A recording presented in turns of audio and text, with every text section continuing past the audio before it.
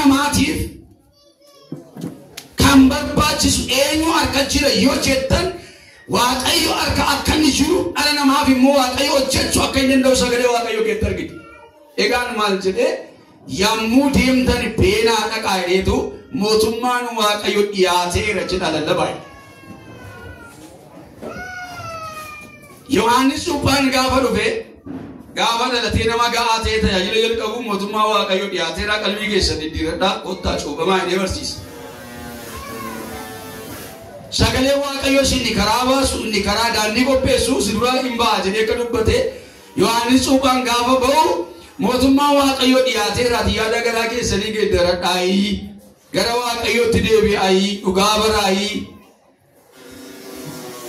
Inni guddaan namni guddaan ani gadi jedhee kophee miila isaatii hiikullee hin dandeenye dhufaa jira nateellaa jira jedhee dubbata. Warri Fariisotaa warri Saduuqotaa eenyuati? Ati Masiihaa hoo? Ati raajota durii keessaa tokko? Ati Iliyaasidhaa eenyu jennaan ani isa karaa tottolchuudha jedhee dubbatee jedha sagalee waaqayyo.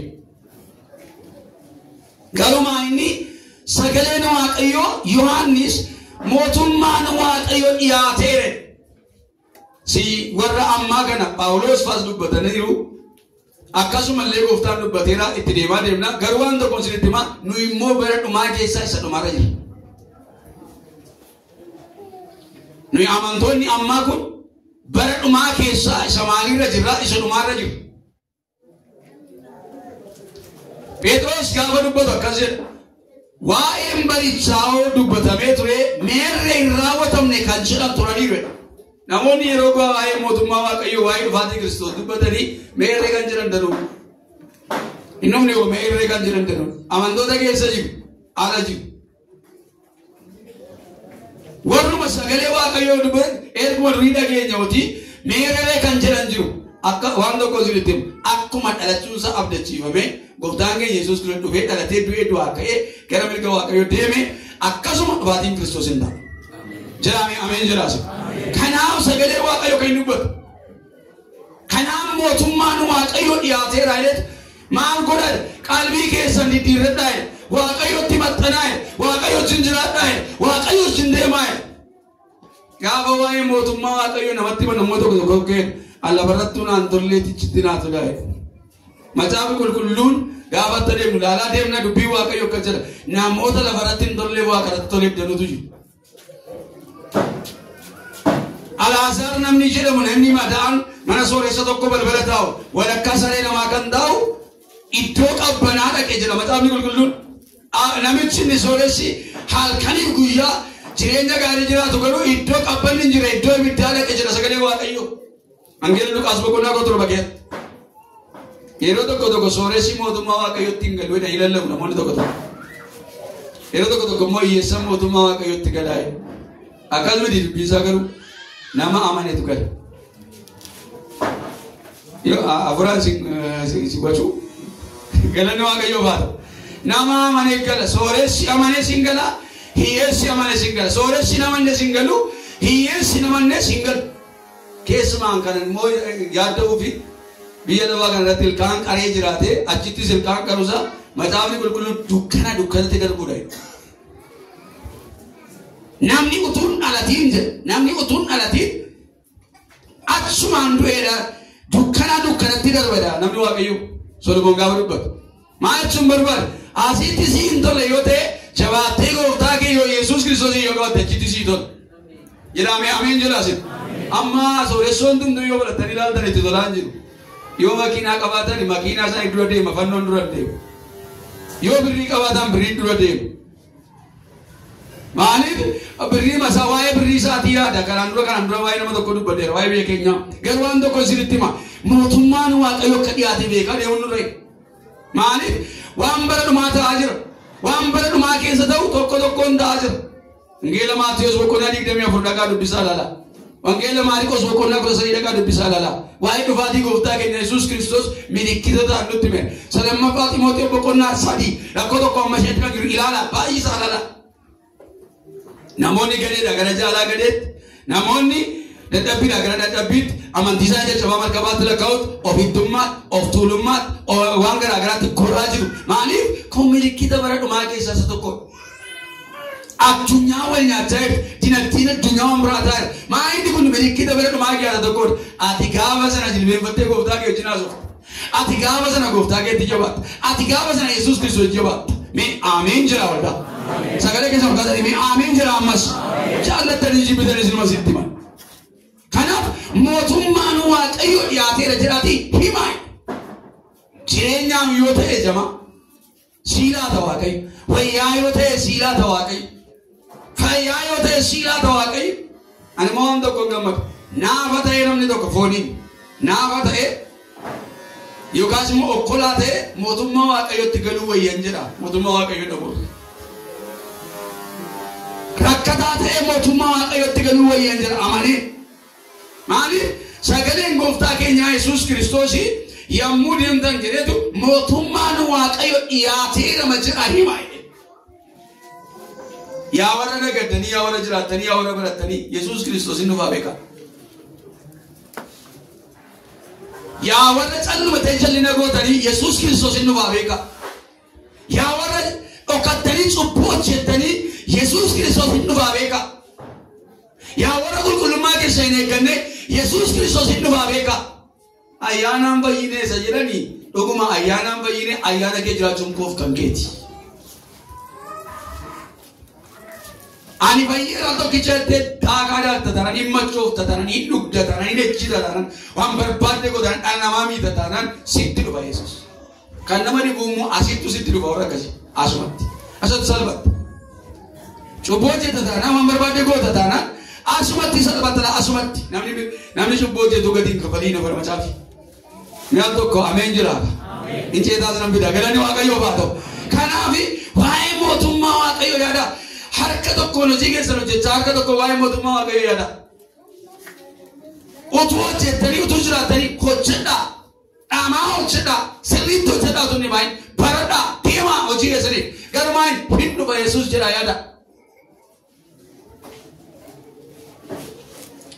hin dhufa akkeedhe namni waaqayyo Phaawulos hamma guyyichaatti ittiin wal jajjabeessine hamma Yesuus Kiristoos dhufutti maal jamaa meeqa keessan ol kaasaati yaa waaqelaal tokko natti araarame jedhame mee mootummaa waaqayyo dhiyaateera dhaal tokko mee kanaaf waaqayyo nama jijjiira jamaa maal goonu ree maal hojjennu maal goonu mootummaan waaqayyo akka dhiyaate beekaati walii keessaniif akka dubbii waaqayyo akka jedhanii yoos immoo maal goonu ree jedhaniitu warri qaraxxunii fi warri loltoota gara gooftaa Yesuus dhaqaniinaan akka gootani jedhan waan muramerra hin darbina jedhan waan sii kaamerra hin darbina waan arteekiliin seeraa jedhu godha waan miidhaa garuu dhiisa waan gubboo garuu dhiisa waan hannaa garuu dhiisa waldaa keessaan hataa kurnoon kennu achi waajjira keessaan hataa waan tokko gochuuf hin hataa kanaaf sagaleen waaqayyo maal jedha mootummaan waaqayyo dhiyaateera akka nutti dhiyoochuu bara akka mootummaan waaqayyo dhiyaate sagalee waaqayyo dhugaa nu baafan ta'e yommuu dhaqxan lakkana jedha akkuma dhaqxaniinis jedha mootummaan waaqayyo dhiyaateera jedhati lallabaa jedhe gooftaa Yesuus waa'ee mootummaa waaqayyo namatti maayi waa'ee sagalee waaqayyo namatti maayi waa'ee kalicha isa dhugaa kana namatti maayi waa'ee jireenya bara bara namatti maayi Wangeela Maatiyos boqonnaa 6:33 irratti mokkachaa mootummaa waaqayyo barbaadaa jedha kanaaf inni kan sirii taa'e mootummaa waaqayyo gaa barbaadan isinii ta'a kan barbaachisu isinii raawwatama inna sagalee waaqayyo mana yoo ta'e waaqayyo sii kenna anas hin jiraachisa jireenya yoo ta'e sii kenna kan ati barbaadde yoo waaqayyo sii kenna waan feetan yoo kadhattan dubbiin gosi keessa yoo jiraatu isinii kennama kanaan immoo bartoota tokko ta'uu keessaniin ulfinni abbaa qolli waaqarraa hin mul'ata jedhee wangeela Yohaannis boqonnaa 17 kaastanii 8 dubbiftan hin argatu kanaaf sagaleen waaqayyo lammaffaa kaayyoon gooftaa keenya Yesuus isa baadee barbaadu iddoo kana keessatti kan isin argitanii isin jedhan gara mana Israa'elii dhaqaa jedheen gooftaa Yesuus. Waa iddoo sadii isinitti waan sadii isinitti kana gette. Beenaa gara mana Israa'el dhaqaa warra karaa irraa goran warra karaa irraa badan la akkana jedha. Mandara warra Samaariyaa tokkollee hin lixinaa. Kanaa mannaa gara warra akka hoolota karaa irraa goranii mana Israa'el badanii dhaqaa jedheen. Gara eenyu dhaqaa? Gara warra Israa'el dhaqaa. Waa'ee warra Israa'el kanarratti sagaleen misraachuu jalqaba sana qaqqabe dubbii Waaqayyoo dubbata. Isaan ejeessa fo'amoo wayinii fo'amoo akkataan sagalee Waaqayyoo dubbata. Kanaaf beenaa achi dhaqaa eenyuun gara mana Israa'el dhaqaa Samaariyaan dhaqinaa karaa warra ormaarraan bayinaa karaa biraa irra seenaa lafan siin ergu dhaqaa jedheen gooftaa Yesuus Kiristoos. Tole jedhanii deeman bartoonni. Sabani barbaadu. Eenyuun obboleessa bade amma yeroo tokko jaarsolii waldaa naman arganii hojjetoonni luboonni naman arganii koreen naman arganiitti akka ollaa kee jira namni rakkataa yoo ta'e si gaafata Waaqayyoon ni rakkatu yoo rakkate. Ollaa kee jira namni dadhabe yoo ta'e si gaafata hamma beektu walii galan hamma beektu wal jabees hamma beektu wal gargaara. Mi'a tokko ameen jiraaka. Galanni Waaqayyoof haa ta'u. Callumatti haadhattu callumatti haa ta'u callumatti akka barbaade haa ta'u jettee dhiifta taanaan Waaqayyo guyyaa tokko si gaafata dhaqiitii wangeela Maatiyuus boqonnaa 25 guutummaa isaa dubbisiidha. Dhukkubsadheen hin gaafanne. Hidhameen hin gaafanne. Gaafa dhukkubsataa gaafattu Waaqayyo bira waa kaa'atta. Gaafa dhattee hidhamaa mana dhattee gaafattu Waaqayyo bira waa kaa'atta. Gaafa nama rakkate bira dhaabattu Waaqayyo bira waa kaa'atta. Kanaa malee waa malee miti kan hin dhallu. Hojiin adamnee yookaas immoo yeroo nurraa hafe miti. Kanaaf obboleessa kee miidhame ilaaltee bira darbuun qabu. Maaliif isa bade barbaadu. Iddoo kanatti kan isin argitanii eenyuun naayettan gara eenyuu dhaqan yoo ta'e beenaa gara mana Israa'el warra sagalee koo jalqaba dhagaanii dhagaa jedheen. Warra sagalee misraachoon isaan qaqqabe har'a amantootatu du'aa jira toora biyya lafaati. Isaan kan isaan sanaa irratti beekamaadha.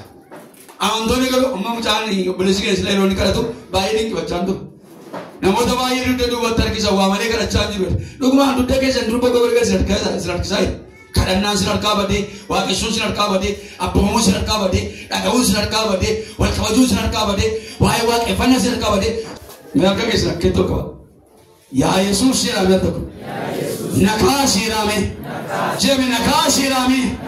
Maayini yaa isa raftuu dammaqi. Warra du'an keessaas ka'e Kiristoos siin ibsaa.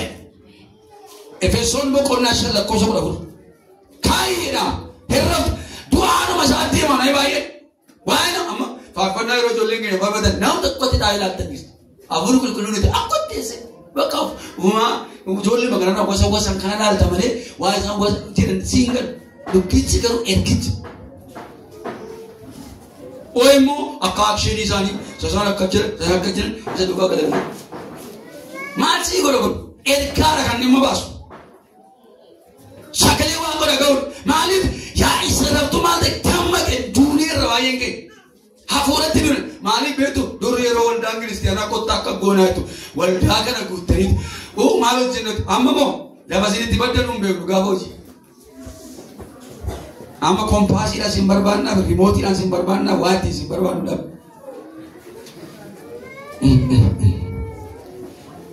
Talaasiitti barreessu mee Yesuus gooftaadha jedhame. Maaliif waldaan kiristiyaanaa jirti jedhamtu hin dhageessu. Waldaan kiristiyaanaa jirti hin dammaqu. Waldaan kiristiyaanaa jirti jedhamtu sochii hawaa keessatti hirmaattuun. Mootummaan Waaqayyo akka dhiyaate beekaati walii keessaniif akka dubbii Waaqayyootti akka jedhaniif. Yoos immoo maal godhuree jedhaniitu warri qaraxxunii fi warri loltoota gara gooftaa Yesuus dhaqaniinaan akka gootan jedhan waan murameerra hin darbina jedhan. Waan sinii kaa'ameerra hin darbina. Waan artikiliin seeraa jedhu godha. Waan miidhaa garuu dhiisa. Waan gubboo garuu dhiisa. Waan hannaa garuu dhiisa. Waldaa keessaa na ta'a. Kurnoon kennu. Achi waajjira keessaa na ta'a. Waan tokko tokko gochuuf hin ta'a. Bartoota qopheessuudha kaayyoo Yesuus. Bartoota qopheessuun eenyuun bartoota. Bartoota qopheessuun. Maayin hin waame erga waame booda hin barsiise erga barsiisee booda aboo isaanii kennee isaan ergee jira sagalee waaqayyo dhoksaa sana baay'ee isaan deemu waan ta'eef bartoota maal godhu qopheessuu bartoota maal godhu oomishuu ture dhaloota oomishuu ture jalqaba kan duukaa kaan namoota hedduu turan naannoo 72ti umarratti garuu barsiisisaa kan inni adda baasee nama 11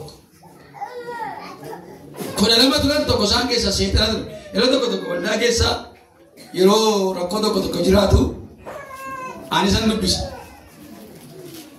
maaliif gooftaa Yesuus waaqayyoodha Yihuudaan garuu bira jirti kas bira jirti ati immoo geggeessaa waldaati ati immoo amanaa waldaati ati immoo hojii tokko hojjetta kan si qoru kan si rakkisu hin dhibu kana beeki isa taa'u tandarba of eeggannoonni kenne maa inni nan dubbisa akkana jedha Yesuus itti dabalee lakkoofsa guddaa kunoo akka hoolota gidduu dhaqaatti isinan arga egaa akka bofaa abshaalataa akka gugee immoo garraamii taa'e akka bofaa abshaal akka gugee immoo garraamii gugeeni garraamii bofti hatteedhaa abshaal Solomoon akkeedoo waan sadii tuna dinqadeetu saarfaffaa lafti baachuu danda'eetu akka itti boofni kattaa keessa dhoofu akka itti kattaa keessa jechuun boofti akka itti dhoksu beeka boofti akka itti deemu beeka boofti akka itti deemee foolii fuudhee adda baafatu beeka tarii warri kemistirii beekuu dandeessu harraba lama qaba boofti agartanii beektu harraba lama qaba harraba tokkoon insiisaa harraba tokkoon immoo fuunfataa jedhu namoonni keenya hamma dhugaa ta'e warri saayinsii natti himuu dandeessu ani mosuma beekuun dubbatu harraba tokkoon insiisaa harraba tokkoon immoo foolii fuudha waa adda baafataa jedhu gaafa waa adda baafatee jedhu lafuma kana keessa gadi gadi okaasuma akkas waa jiranitti bofa ta'aa miti haxxee ta'aa miti maal jechuu kooti akkaataa beeku akkaataa jireenyaa akkaataa bayisaa akkaataa hojii akkaataa wayii beeku yoo hojjeta ta'e akkaataa beeki yoo taa'ee ta'e akkaataa beeki yoo nama ta'e akkaataa beeki akkaataa jechuun akka itti maal goon akka itti jiraannu beekuun baay'ee barbaachisaadha. Abshaaladhaa jechuunsaa haxaati hammeenya kuusaati waan biraa godhatu hin taane siisteema jireenyaa beekaa. Mee ameen jedhaasin. Akka nama yeeyyii gidduutti arguutti jiru bineensa tansiin argaa jiru rakkina tansiin argaa jiru. Keessuma buusee jechuudha. Akkuma akka nama bineensa tansiin arguutti jiru yeeyyiin bineensa. Sinan erga garuu maal ta'a abshaaladhaa. Yeroo tokko wayitti adeemuu barbaanna. Caal jettee itti adeemna. Elektirikiin kun jechuudha. Akka nama qabu beekta taanaan gana Yesuus Kiristoos gooftaadha waan godhu sin gaafatu. Akka nama qabu beekta taanaan irraa maqu. Maal uraan guutamtee irraa maxxa. Afaan haaraa irraa maxxa. Kun sirrii miti jennaan waan sirrii hin taane sammuun kee beeka taanaan irraa maqi. Kun sirrii miti jennaan irraa maqi. Kan waaqayyotti na gargaaru waan hin beekne. Wangeela Maatiyoo Maarqos boqonnaa 16 keessatti torban qabaarra yoo jettan waan tokko isin godhu torban qabaanii lamatu jira. Tokko saba Phaawulos itti reebame. Lammaffaan immoo torban qabaan isa galaana keessaa baay'ee nama hiddee nama ajjeesu. Torban qabaan yoo fuudhanii dhaqanii isin kaanii ari'atamaan dhiibamuudhaan jibbamuudhaan yoo isin kaanii aanatu isin gargaaraa jedhe Yesuus. Garuu torban qabaan deemee nutti dhufeenaan oyi ajjeesu oyi irraa maquu hin dandeenyu taanaan. Beekuudha jechuudha. Akka nama torban qabaan jira jettee walitti harkaan qabdeennaan du'uun beekamaadha jechuudha. Fakkeenyaaf qorichoonni baay'een jiru. Qorichi kun inni nama fayyisattee hunduma isaa yoo galetti nattee garaacha kee kana mashakkolee jireenya kee kana balleessee borii isaa kana maduu dandeessa. Yoo siriira isaa heddee liqimsite garuu qorichuun si gargaara. Dhugaa moo soba warra qorichaa. Nairaadha. Galanni Waaqayyoof haa ta'u. Maaliif isin jechuu barbaade? Sagaleen Waaqayyoo kiristiyaanii ogummaa qabaachuun akka warra sunitti. Ogummaa qabaachuun Waaqayyoon sodaachuun. Ogummaa qabaachuun waa hubatanii gargar baasuun. Ogummaa qabaachuun iddoo guddaa namaa sagalee waaqotti obboloota koo waan tokko sirriitti ogummaa qabaadha. Ogummaan sin barbaachifti. Jireenya keessaniif ogummaan hin barbaachisu. Bara keessaniif ogummaan lakkii kana hoo qaamni achuranneessu. Qaamni achuranneessu tokkotu qawwasattanii waan. Galanni waaqayyoof haa ta'u. Kanaaf sagaleen waaqayyoo maal jedha? Sajali qabaa ogummaa godhadhaa hidhitti. Akka itti mandiricha seenan, akka itti isaan tajaajilan, akka itti isaan keessa turan, akka itti boo dubbii waaqayyootti hin gaan tokkoon lafa madattan tura. Lafa madattan tura. Yommuu dhattanu mootummaa waaqayyoo dhiyaateera jira. Wayyaa lama hin barbaadina. Qajeelfama guddaa qaba saba waaqayyoo. Garuu inni har'a sagaleen waaqayyoo of eeggannu nutti immoo baay'ee maal akka godhudha akka of eeggannu. Addunyaan keessa jiru kana keessatti jireenya amantaa keenya eeggachuudhaaf baay'ee of eeggachuun dura jira. Kaleessa namni waaqayyoo gaafa barsiisan jireenyi keessa wangeela lallaban jedhan. Of hin eeggannu ta'an jireenyi keenya wangeela lallabu. Karaa waaqayyoo irra deemu ta'an jireenyi keenya wangeela lallabu. Of eeggachaas hin jiru. Ogummaas qabaachaa hin jiru. Kanaaf ogummaan akka barbaachisu nutti himu. Ittaan suudhaanii namarraa of eeggadhaa. Jamaa waan tokko sitti matsaafni qulqulluun kan inni baay'ee dubbatu namatti of eeggadhu jedha. Iccitii meeqa jira? Iccitii sadii jira kan beeku. Iccitii hiriyaa, iccitii maali kan jiru. Matsaafa qulqulluu keessaa immoo matsaafa qulqulluu kan namoota iccitii baasan matsaafa qulqulluun jira kan inni dubbatu.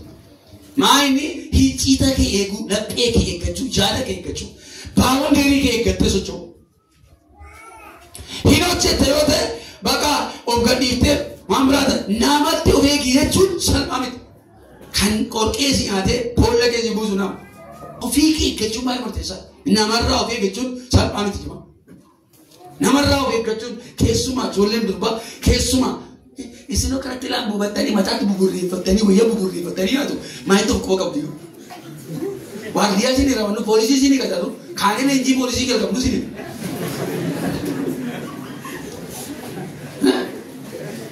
Kotteen keessan laman qabatu, sammuu keessan laman qabatu, hinteessan gamiin jettan abidda kana yaa. Isin amaaru waaqayyo. Ameen jedhi waldaa. Haaleluyyaa. Dhuguman dubbadha. Waaqayyo isaa ifatu luba kanatti nan ifatu dhugaa waaqayyo.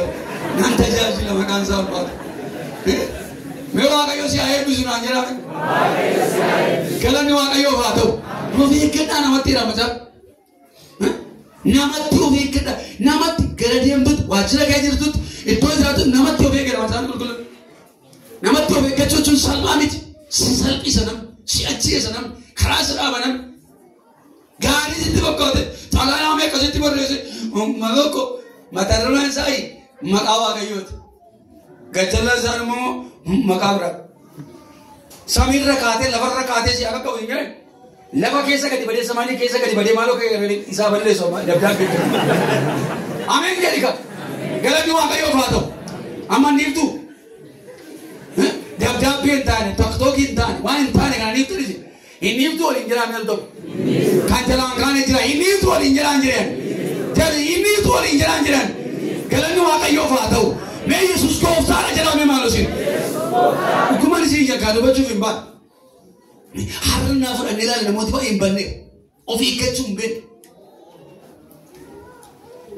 Wangeela obboleessi koo lallabu miidiyaa irratti kan waldaan keenya immoo miidiyaa qopheessitee gadhiifte laayikii hin qabu. Tiiktookiin keessan garuu laayikii qabu. Maqaa Yesuus Kiristoosiin tiiktookii kana irratti karoorri mootummaa biraatti ta'u. Ameen jedhe yoo barbaadde. Yoo jettee yoo kan beeku. Maqaa Yesuus Kiristoosiin tiiktookiin kun bara dhiyootaa cufamu. Ameen jedha yoo barbaadde. Yoo barbaadde. Nu gargaaruu diidelaa kan warri wangeela lallabnetan kanuma lallabaa kanuma singaa. Kanuma lallabaa. Kun siin dadhabee nama tokko tiiktookiin lallabdee sitti dhufa. Qullaa namaa laalaa nama waan barbaade godhu laalaa. Yooni siidaa. Fayyida. Asiinsa kana laata asiinsa kana laata too gabaa macorroo keelitte. Gabaa malitti himate galanni waaqayyoof haa ta'u. Kanaaf namatti maal godha of eeggadhaa jedha macaafa. Maali kana barsiisaan faaraa miidhani nama qabu diinyu. Siisaa akka barbaade jiraatu faaraan. Isa kau orang yang fayar dam, naga dam. Kesi lah, kan saya orang. Kesi usah kau suka benar. Kesi sendiri dah. Akayo galan nato. Itta wama me, ugawa akayo. Galan ni akayo fato. Me Yesus ko ta ajarani. Kana usah akayo mai. Nama timal gula oh, ekat dari goftes. Kana kan dupat goftage. Kana kan dupat abage. Nuva para goftage. Akayo ke. Sir, of ekat ajolle konje. Enuje bertoda je. Har anano vegachis. Har jiza vegachis. Har sinno vegachis. Itta sudan goftaan ke Yesus Kristus kain dubate dabar sani isin kennu je dabar famani ken namun jurala sawaki dabar sani mangur isin ken sagana tinan dubi sala kana je akal je namodarra agaru ofe kalla yaiti dabar sani isin kennu manne sagala ke satti sirre bamtu isanet warasa waaqayyoon deetu dhugaa ba'uudhaaf anaaf jettanii fuula warra biyya bulchanii fi fuula warra moototaatti hin geeffamtu jedhee dabarsanii siin eenyu kennan abbaan hin kennaa haati hin kenniti obboleettiin hin kenniti wal dabarsee kenna namni jedhee kanallee siin qubayyuu hin qabna hin agaadha siin biyyi dabarsanii wal kennuu hin jira kummaa inni aareetamni akka dhufu rakkinni akka dhufu lolli akka dhufu waldaa ergaamonni akka jedhe yeroo muraasaaf rakkinis argachuudhaaf jira jedhen amma dhumaatti garuu amanamaa ta'e du'a yoo sitti fideyyuu ani gonfootti jireenya argatan siifan kennaa maal jechuudha sagaleen waaqayyo dhaabadhu jabaadhu jedha Qorontoos isa duraa boqonnaa 10 keessatti immoo karaa ittiin baatu waaqayyo sii kenna karaa ittiin baatu karaa ittiin dabartu waaqayyo sii kenna qoromsi gaafa sitti dhufu ippini gaafa sitti dhufu waaqayyo karaa sii qopheessa amiin jedhaa ijoollee waaqayyo daandii sii qaba karaatti si baasuu qaba mee karaatti si baasuu qaba waaqayyo waliin jedhame karaatti si baasuu qaba jedhame maasi yaa nama natti dukkanaa jettuu waaqayyo karaan sii baasa siin jedhe mee amiin jedhaa siin akka keessa ol qabaati waaqayyo karaa naa baasa jedhame jedha waaqayyo karaa naa baasa jedhame hintaane waaqayyo tuwaanatu waaqayyo karaa naa baasa jedhame nama waaqayyo karaa isaa qaayiruutu jedhame amiin jedhaa siin dukkana kana keessaan baata rakkina kana keessaan baata boricha kana keessaan baata waaqayyo karaa sii baneera waaqayyo karaa sii saaqeera waaqayyo daandii sii saaqeera waaqayyo gara kee ta'eera waaqayyo gara kootii ame maala siin sagalee waaqayyootu dubbata anatu siin bira dhaabata jedhe anatu siin gargaara jedhe obboloota koo dhuguman isiniin jedha sagaleen waaqayyoo kanatti dubbata hamma dhumaatti jabaatee kan dhaabate garuu